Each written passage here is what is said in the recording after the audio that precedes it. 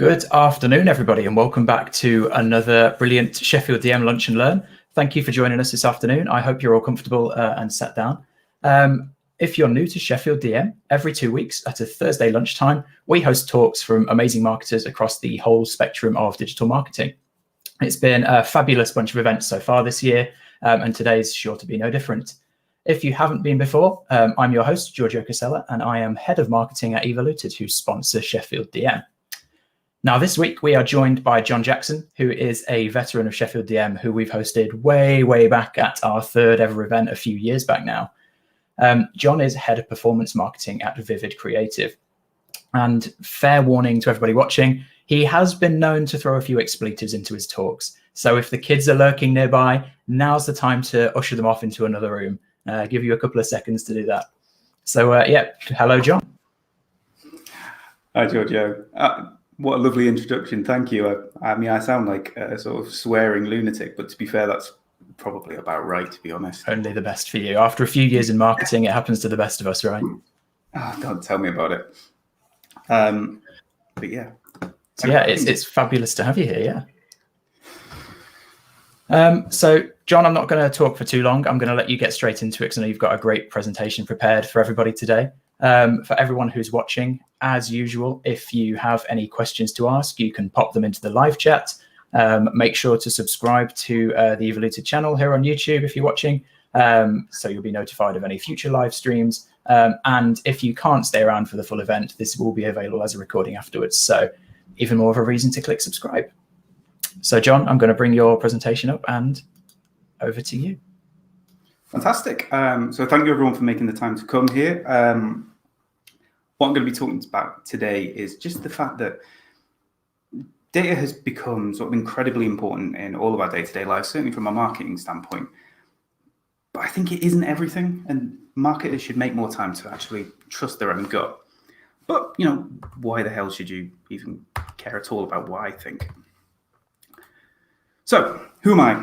So, my name is John Jackson. As Giorgio said, I'm Head of Performance at Vivid Creative. Previous sort of iterations, I've been Strategy Director at Epiphany, and I was Head of Client Strategy at J-Wing. But really and truthfully, I'm just a reformed SEO. And for someone whose career kind of ties almost entirely with data, it's a weird place for me to be here sort of slagging it off. But I really want to stress, and I kind of have to have a complete slide just to say this, I don't hate data. I have nothing against it. I mean, how can you just hate numbers? The problem I've got is how it's used. The way data is being used, I think it has a negative impact on all the marketing stuff that we're doing. I mean, one of my sort of favorite quotes and something that happened, I used in my first Sheffield DM, can't believe it was 2 years ago. People use statistics as a drunk person uses a lamppost for support rather than illumination. And it kind of highlights just the way data gets used. It gets used to sort of support ideas that aren't necessarily going to be particularly useful, and it gets used to back up things that, you know, just aren't best for the client moving forward. I also hate the need to be able to post-rationalize everything we do. And from a marketing standpoint, it's a particularly difficult thing to do. It's very difficult to be able to have to post-rationalize and know exactly what the outcomes are going to be before you even start doing something. And the problem is post-rationalized data can cause mistakes. So, I mean, first thing, please take the time to enjoy this picture of the Clintons. Hillary looking lovely and Bill looking friggin' hilarious. I don't know if you guys know this, but when Hillary was running initially against for the Democratic nomination and then against Donald Trump, what she did was really try and take data onto her side. And she had a key strategist called Robbie Mook, and he was the key strategist for the Clinton campaign against Trump. For that, they hired 60 mathematicians and statisticians, a load of which were from the Obama campaign, to create a software program that they called Ada. It was going to use statistical modeling to plan their campaign. So with Ada and this modeling, they lobbed about 70% of the campaign budget at television ads, specifically thought to target people in sort of swing states. The model itself took blue-collar voters for granted, just generally assuming that they were going to vote Democrat. So very similar to, say, I don't know, Labour voters in Hartlepool. They made the assumption that this unshakable base would always vote for Hillary and that they wouldn't go anywhere else. So therefore, Clinton could then focus her time by, persuading minorities and liberal elites to vote for her. Fundamentally, Ada is just a computer program, and like all computer programs, has no real sort of common sense or wisdom. So she couldn't see the bigger picture. It's a computer program, couldn't see the bigger picture. But what would you expect is the human leading the campaign to have that wisdom and look around and look at what's happening around the campaign and actually start making changes? The first hint of trouble should have been around the challenge of Bernie Sanders. So let's just think about Bernie for a minute. This is a 74-year-old socialist senator from Vermont. There is no way in hell he should have even come close to challenging Hillary Clinton. Yet he ran her incredibly close. He wasn't even a Democrat before he challenged her. Yet he ran her close by targeting blue-collar voters and appealing to them emotionally. Then she went up against Trump. When she was doing this, Bill Clinton, pointed out that the campaign should really try and emotionally connect with blue-collar workers in the Midwest, so specifically places like Wisconsin and Arizona. Whatever you think about Bill Clinton, if you look at his record, he's an instinctive political genius. Yet Robbie Mook not just disagreed with him, actually took to mocking him, stating that my data disagrees with your anecdotes. Needless to say, Hillary lost the campaign due to losing safe blue-collar states like Wisconsin and Arizona to, let's be honest, emotive batshit mental statements from Donald Trump. The thing is, we saw a very, very similar thing here when we're looking at Brexit. And I know that this is still quite raw for a lot of people, even though it has been a few years, it's still quite raw for me. The Remain campaign relied purely on logic and data-backed arguments, whilst Leave relied on emotion. The problem is, if you think about the EU in itself, it's a political project. Fundamentally, it's emotional, and the Remain guys didn't grasp that, and they didn't lead with that from their marketing standpoint. And as such, it had a knock-on effect on everything else. Over-reliance on data then in turn highlights its flaws. The problem with data and relying heavily on it, it relies on models, it relies on the past, it relies on things that have happened. Random things that happen in the future that don't fit the model will break it and will naturally be able to game the system. If it's predictable, things are easy to hack. I mean, Christ, look at SEO 10 years ago. Fundamentally, data is only as good as its sources and its interpreters. And the thing is, we don't think about this enough. We spend quite a lot of time really focusing on the sources and looking at how we can optimize the sort of data we actually pull out, but we spend next to no time on the interpretation, how we do stuff with that. And fundamentally, your brain is probably the best all-round interpreter available. Its ability to apply sort of illogical information is what really makes it stand out. Your brain is going to be that key to coming up with creative ideas, and we'll come on to that a little bit more later on. Experience and expertise matter. It's a really important part of how you start analyzing data and understanding how things work. Your experience helps you analyze data effectively and spot patterns, and human brains are fantastic at pattern spotting. I mean, it's something we've evolved to do. This is just a quote, just superior pattern processing is the essence of the evolved human brain. It's what we are naturally designed to do. And as such, when it comes to understanding data and finding information out, we're far more effective than an Excel spreadsheet. That processing is also absolutely key to creativity. And creativity is the key driver for advertising. I'm sure everyone's seen this, but this is taken from Nielsen a couple of years ago. And it talked about, the impact of advertising and what was the most important element. Of 47% of the impact was down to the creative. You can have the best targeting in the world, but if the creative's crap, it doesn't matter. And the thing is, humans are fantastic at being creative, whereas, machines and AI aren't. I mean, this is the opening line to The Road, an AI written novel. It was 9:17 in the morning and the house was heavy. I mean, look, it's okay, but it's not exactly Once Upon a Time, or It Was the Best of Times, or The Worst of Times, or probably my favorite opening to a book ever. The story so far. In the beginning, the universe was created. This has made a lot of people very angry and has been widely regarded as a bad move. No algorithm or machine is ever going to be able to come up with something like that. It can only do what it's programmed to do, so it can't come up with stuff that's novel. But brains aren't perfect. We're impacted by so many different things. I mean, this is just a very brief list of things, impact our decision making, our biases, anchoring. So when we look at different things, we get drastically impacted just because of something we've seen before. Our past experience impacts how we deal with stuff. Just on a purely biological standpoint, there's only so long we can concentrate and so long we can stay awake when doing sort of analysis pieces. Risk analysis, we're generally terrible at analyzing risk. Machines are much better at doing that sort of thing. We let emotions and other elements come into that sort of risk analysis piece. I mean, if you think about it evolutionarily, if you heard a rustle behind you, you're not going to take the chance to say, oh, well, 90% of there's a 90% chance it's not going to be anything important, because that one time it actually is, at that one time it is actually a saber-toothed tiger, you're dead. Multitasking, something we are fundamentally terrible at. It's been proven consistently that humans cannot multitask. We can't do it. We switch from task to task quickly, but we can't do two at once. There's a really interesting experiment done called the invisible gorilla.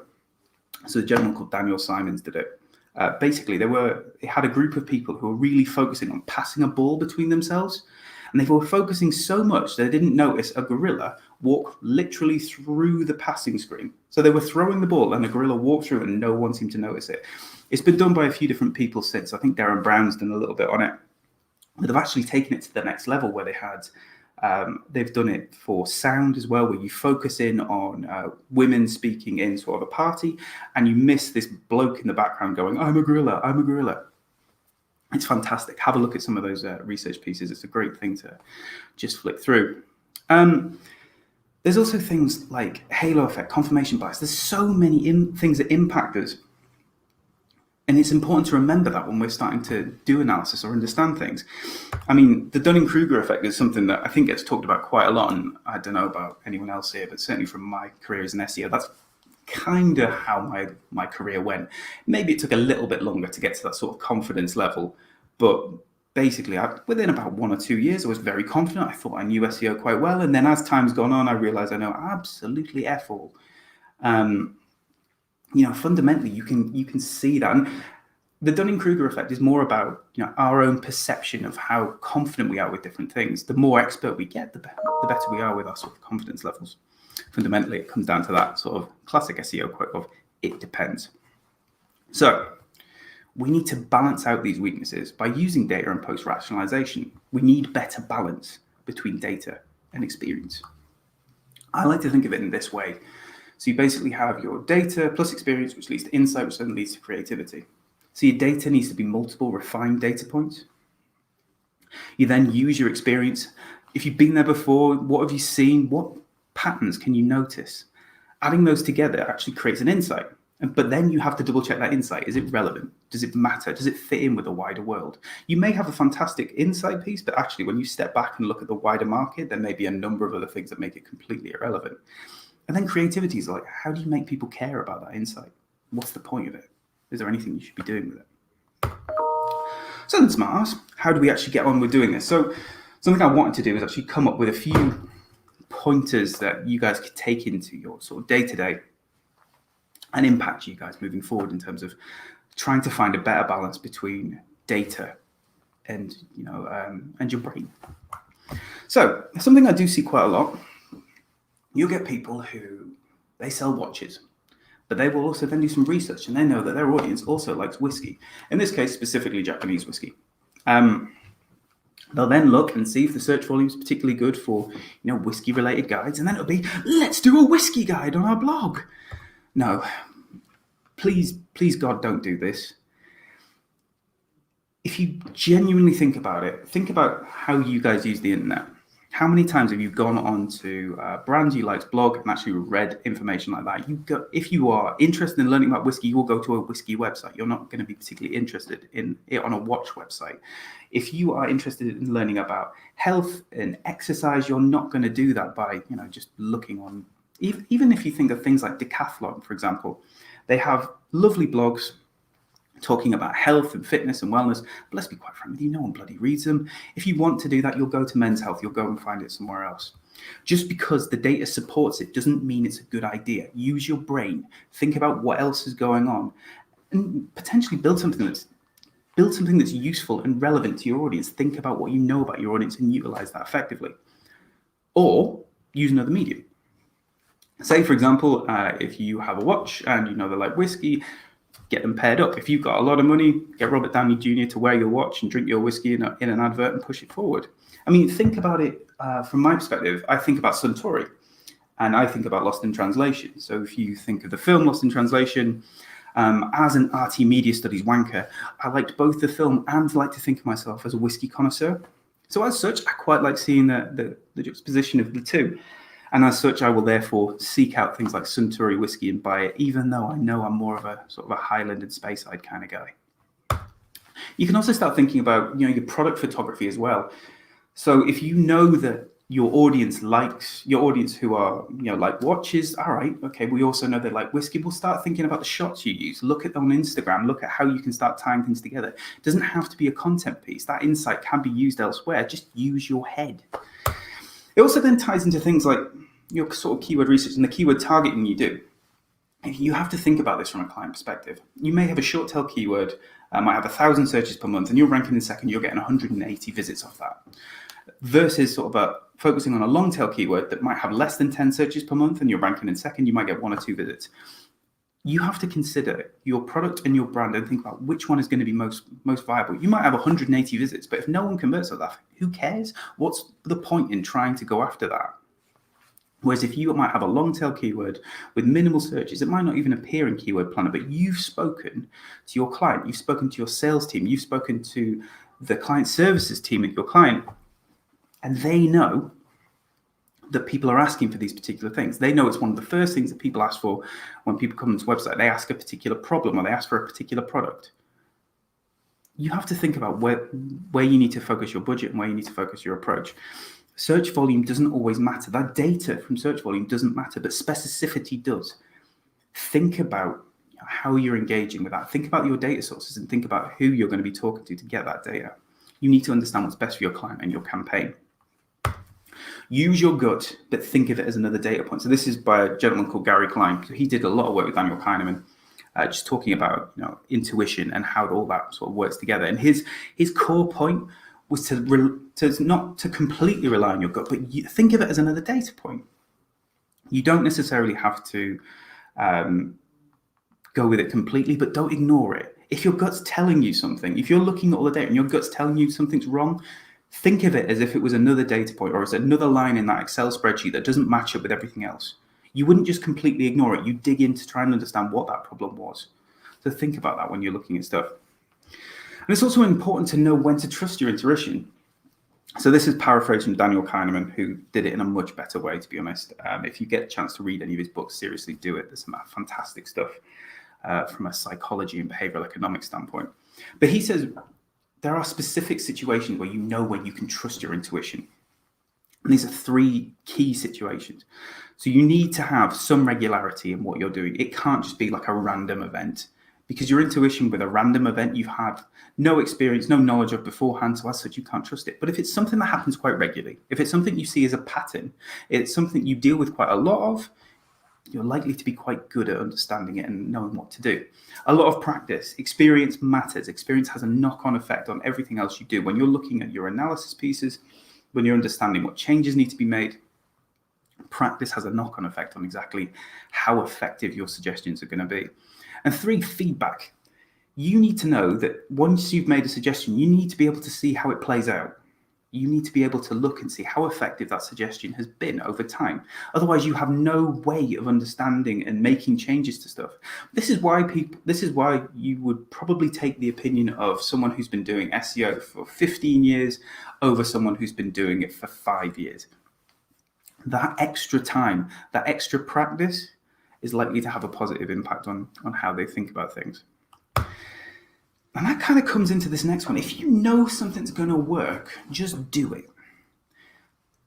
A lot of the time, we are in a position where we really want to test everything. We want to test everything. We want to A/B test this and A/B test something else. Or we want to do a multivariate test. The problem is the time it takes to do that test. I mean, to get to statistical significance, God, that was hard to say, can take weeks. It could even take months. If you know that was going to work, if in your head you've seen it work countless times before, just do it. Time costs money. The time it would take to do all that testing, you could have been making money by making that change. So think about the changes you would make immediately and just go ahead and do them. You can always reverse it. You can always go back. If you're worried about that sort of thing, though, start thinking about things in this sense. It's something that, again, Kahneman and Klein have been talking about. And they think this is particularly important in big strategic decisions. And that's doing a thing called a pre-mortem. So when you're about to launch a big campaign, you're going to spend a shed load of money on a massive campaign to target a load of people. Think about what could go wrong. Sit down with your team, assume the project they're planning has failed, and then work out what reasons potentially could have caused that failure. When you have all of those reasons, you can then start putting stuff in place that's going to start negating the risk of every single one of those. You're essentially planning to fail, and as such, you're planning to negate failure. You can stop failure sort of happening just by planning ahead and thinking about those sorts of things. All good advertising has some risk. It is impossible to do really good advertising without any risk. If you aren't risking something, if everything is guaranteed, then someone else will be doing it. So what's the point? Why do it? There's no such thing as average advertising. It doesn't do anything. You have to do something great. You have to try and push beyond. I mean, this is probably one of my favorite examples, and it's a presentation by me, so I have to have some old advertising in here in one way or another. And this is the Lemon and Think Small campaign from VW in the sort of late 50s, early 60s. It's Bernbach's masterpiece, basically. If you think about the 1950s, American cars were these massive, gas-guzzling beasts of things that trundled up and down very long highways. VW turned up with a tiny car made by Nazis. Because that's fundamentally what it is. If you think about sort of late 1950s, early 60s, they're still basically thinking of Germany as Nazis. And VW in itself, yeah, they have quite a connection with Hitler.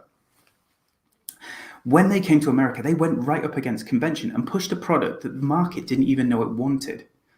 They pushed what they were building in Europe, in the US, and it did exceptionally well. It allowed them to become one of the largest automotive producers and brands in the US. Try random shit. So apologies if any kids are in the room. But yeah, try random shit. Start thinking about random stuff and start testing it. Try stuff out. Take a risk. Do different things. If you don't want to try it on a client campaign first, let's start thinking about random stuff you can do to improve your creativity right now. So you can improve your creativity by looking at art. Sounds completely insane, but if you want to be doing something creative, actually start looking at some art. Go on some online art galleries and actually start flicking through some of the modern art pieces. It starts loosening up your brain. You start create associations with those particular things, and it makes you far more effective in coming up with stuff that's creative. Imagine how an accountant would approach a problem, or a builder, or a gardener, or a chef. Try and think of the problem in a slightly different way and think about how someone else would approach that. By repositioning yourself in that, you will start looking at things in a slightly different way. This one's quite a good one. Incorporate cheese and pie into your next meeting. Basically, go and have fun. Go and do something fun for 15, 20 minutes. If it's an internal meeting, and I don't know, it's like a status report piece, just try and lob something like this in. Make everyone laugh. It will start releasing endorphins in your brain, which will in turn make it far easier for you to start doing stuff that's creative. And then finally, ask a ridiculous question, like, what is toothpaste for? If anyone here hasn't, go and buy Rory Sutherland's book on alchemy, or listen to the audiobook. It's fantastic. And he asked this question, is take some time to really think about and ask stupid things, like, what is toothpaste for? So fundamentally, we know that toothpaste is to keep your teeth clean and healthy and keep everything working as best it possibly can do. So then why does it all taste like mint? It doesn't really make any sense. It has nothing to do with cleaning. So there must be some other reason for it. You think we have flavors, we have numerous different flavors of Coke. We have tons of different flavors of pretty much everything else. Why is all toothpaste just mint then? There must be a reason. Asking those sort of questions, again, starts freeing your brain up and it starts to go in slightly different directions. And again, it makes you a little bit more creative. This is taken from a book from Richard Wiseman. I think he did Freakonomics, which is a podcast, but he also has done a book called 59 Seconds, where basically it's 59 seconds to improve your brain in terms of creativity or numerous other elements. It's a really good read and I'd recommend it. In terms of testing other things, you can also do that from an advertising perspective. This is something that Ogilvy Change did. So they were doing some stuff for Christian Aid, and basically they were testing out some direct mail. And they come up with 6 different variations. You had one which was hand delivered. You got another which had urgency written all over it. So you basically had, we're collecting only this week, so it was time orientated. You had another which really lent on that appeal element, so it was trying to be more, cognitive ease and emotional. One which was orientation, so basically rather than it being landscape, they turned it portrait. They had another which highlighted the gift aid donation, the fact that you would get an extra 25% on top if you gift aided your donation. And the other one was weight. So basically they used a thicker kind of paper in terms of the type of direct mail they were sending out. If you thought of this logically, the only one that could really make sort of an impact is gift aid. Fundamentally, if you're putting money into something and you get extra out, that should be your lead. But actually, when we start looking at the results, there's some really interesting things started appearing. So the first one is return results. And you can kind of see all the different examples underneath there. And you can see that in terms of the amount that was returned, the hand-delivered stamp, when people were hand-delivering those envelopes, they were far more likely to get a return rate. The gift aid was actually the worst performing out of them all, 46% down from the control, which is completely insane. Average amount donated, basically the better quality the print, the more people donated. A 16% uplift on the control just by adding a slightly heavier piece of paper. In terms of total donations and the revenue generated, the best performing one was actually the orientation. The fact that they'd switched it from a landscape to a portrait seemed to work far more effectively than even things like adding a gift appeal or adding urgency, a time-related piece. It drastically outperformed them. So by testing random things, you can start learning different things about your audience and what would work particularly well. You also need to know when to be unpredictable. So this is probably one of my favorite posts over the past year or so, which didn't really get a huge amount of uplift, and which is odd because Carrie wrote it from Rise at 7, and pretty much everything of hers gets huge amounts of coverage. But I guess this one's about PPC and it's a little bit less sexy.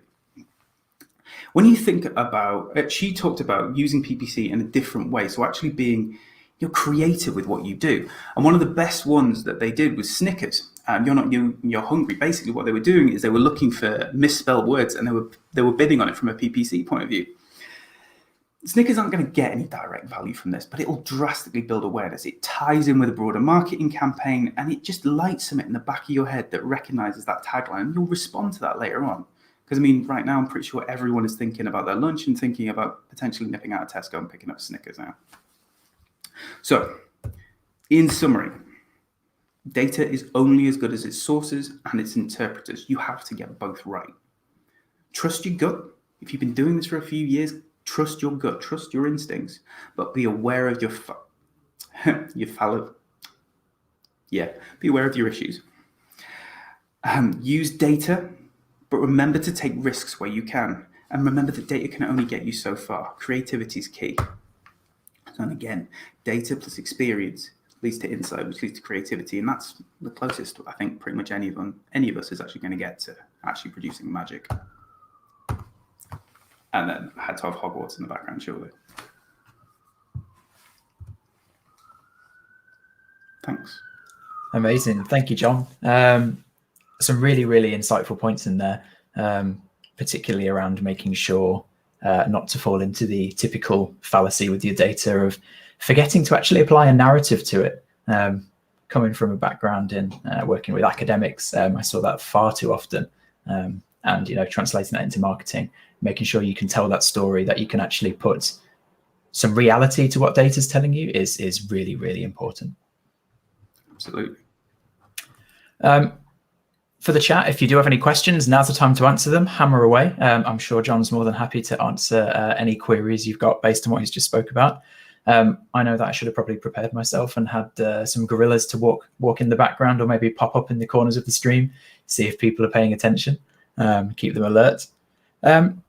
One point I wanted to pick up on was your slide about pre-mortems, because I think, and this is a very personal opinion, and I appreciate not everybody shares it, marketing is a very positive environment to be in at the moment, especially online. But I feel that we can almost suffer from that rah kind of everybody's great atmosphere. And doing a pre-mortem and trying to look at what is going to potentially fail in your campaign could be seen as very cynical. What kind of strategies do you have to help guide people into doing that? How can they question things? How should they approach their campaigns? How should they look at what could go wrong without shitting all over the work that's being done? I mean, to be honest, I've never really struggled with negativity because I was an SEO when Penguin and Panda hit. So I'm quite used to getting my ass handed to me by Google. So as such, I'm naturally a little bit cynical with those sorts of things. I think a lot of it is, if you think of the creativity elements we were talking about before. So if you start looking at things in a slightly different way. So again, that sort of role playing is the wrong term, but if you know what I mean, if you, for example, were looking at the campaign as an accountant, or if you were looking at it as someone in procurement or someone in sales or business, they might tell you it by changing your mindset might allow you to then come up with different sort of solutions and different problems. What it'll also do is you can basically say, if you're in a meeting, you feel uncomfortable about shitting on someone else's idea, which is perfectly natural for a lot of people. I'm only thinking of this from this perspective, which again just gives you that little bit more freedom. It should make life a little bit easier. But in terms of framing it out, I think it's important to be able to build an environment that's as open and honest as humanly possible, so people can have those discussions and being as open and as, well, to be honest, as aggressive as possible in terms of things that might well go wrong. You need to try and get out everything you possibly can. I mean, you're not going to say there's going to be a pandemic, but there might be issues with a competitor might duplicate the campaign. There might be a news issue that has an impact on things. The company might collapse. Those sort of things. It's important to start thinking about those and have a bit of a plan in the back of your head. Yeah, absolutely. I'm a big fan of contingency planning, and I really like your approach to reframing. I've been going through some training from a coaching perspective recently, and this is one of the big techniques we've been learning. And reframing a question to examine something from a different perspective is a really, really effective way to kind of look at new solutions. So yeah, for the pre-mortems, I guess, maybe approaching it from how would our customers perceive this? What are the customers' job roles? You say, look at it from like an accountant or a chef. If you're trying to run a campaign to a mechanic, look at it from a mechanic's perspective. How are they going to respond to what you're telling them, the copy you're using, the imagery, whatever? Absolutely. It's important to always remember that marketing is a subset of psychology. That's it. A lot of the time, because our heads are so focused in Excel spreadsheets and looking at analytics platforms and whatever else we can pull, sometimes I think we potentially start trying to put a sort of physics lens on top of what we do. That's just not possible. You can't do it. Effectively, we're working with dirty test tubes, just like psychologists are. And as such, you have to try and get into that mindset. And using psychological tricks and techniques are really important in your day-to-day, but also in your marketing. Framing is huge. It's massively important. So you think about the vast majority of major ad campaigns have some sort of psychological element in them. And it's important to remember those sorts of things. And as well as that, it's actually, I would really recommend anyone actually goes out and starts reading and listening and learning about some of the psychology stuff that's going on. There's a great podcast at the moment. Darren Brown's done one on Audible. So it's like a free series if you're Audible, or if you're an Audible subscriber. And he basically goes through loads of different psychology things. And one thing that came up recently was a thing called decision fatigue. So basically, if you are forcing yourself to do something that you might not necessarily want to do that's quite hard. So for example, the example that came up was, don't think of a white bear. Immediately, you're thinking of a white bear, but you're not allowed to think about it. And then you had to basically squeeze this sort of hand press thing. People who weren't asked to not think about thinking about the white bear actually lasted a lot longer. They lasted nearly double the amount of time. That's because of the fatigue you have around those decisions. It actually takes energy. A way of dealing with that is basically by feeding yourself chocolate and crisps. and stuff like that seems to have a positive impact and allows you to go that little bit further. So again, when you're working and you feel like crap and you're knackered, for God's sake, have that chocolate bar if it gets you through to the end of the day. 100%. You missed a great opportunity for another Harry Potter reference there, John. Chocolate does cure everything. I'll try and get that into the next talk and just make it completely Harry Potter themed. But yeah, no, absolutely great points. And the one final thing, because we haven't had any questions through from the chat. Last time you did a talk for us, you gave us a fabulous list of book recommendations afterwards. And I'm putting you on the spot a little bit here, and you've already recommended one podcast. But you mentioned Daniel Kahneman quite a few times throughout your talk. And there's some great books there. Long and short of it is absolutely key. But I'd also do things like the IPA report. Basically anything done by, oh God, I forgot his name. These are Adam and Eve. Anyway, I will come up with a list that will actually add on top of this. But Rory Sutherland books, his book on alchemy is absolutely brilliant. He basically talks about the fact that marketing is the closest we're going to be, you come to magic. And he talks about the psychological impacts that can have on things. It's called Derren Brown's Boot Camp for the Mind, which is a great read. It's a fantastic thing to sort of get involved with. It's really easy, really sort of snippy approach to psychology. The 59 seconds, again, which is really useful. I'm just trying to think. I'm literally flicking on my phone, just looking at sort of Audible, because I try and listen to things rather than read them, because I don't know, it just seems to go in better in my head. 59 Seconds by Richard Wiseman. Great read. Great to listen to, but also a great read, because the book in itself, you can flip to the back and they've got little exercises, which are all really, really useful. But they explain exactly why they work and all the sort of implementation around that inside. But yeah, I'm more than happy to come up with a few different sort of reading lists and stuff to add on top of this. But there's so much great information out there. Just go out and try and learn as much as you can. Try and train your brain as best you possibly can do, basically. Definitely. And looking at, your slides, you had a case study from Ogilvy in there. Go and look at the greats. Ogilvy was an absolute master at the craft, especially looking at tying data with narrative and coming up with creative solutions based on it. Explore everything that he's created, explore everything they're doing now, the case studies they put out there. Super, super useful places to learn. Absolutely. Ogilvy changing themselves as well are an incredible organization, basically using behavioral economics alongside all the marketing.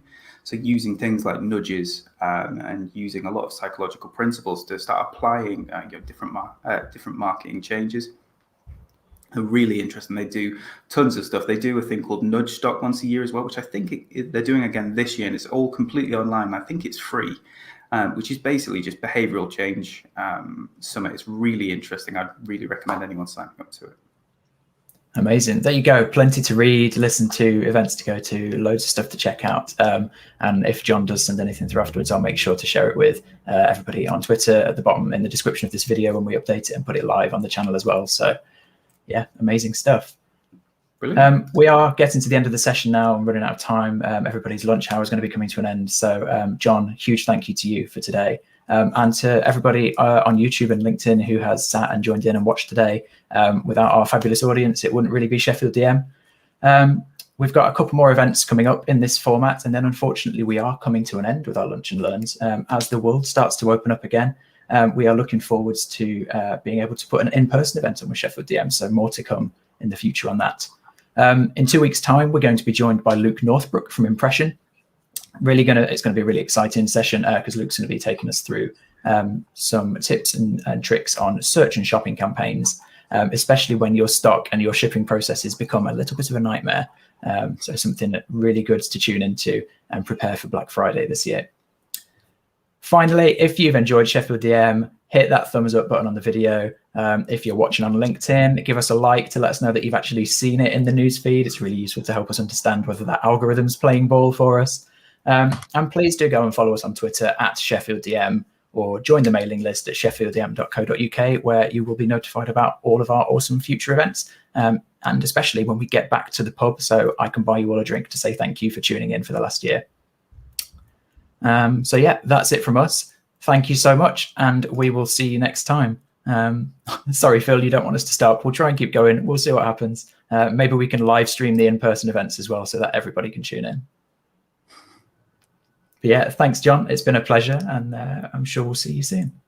Brilliant. Thanks for having me. Bye, everyone.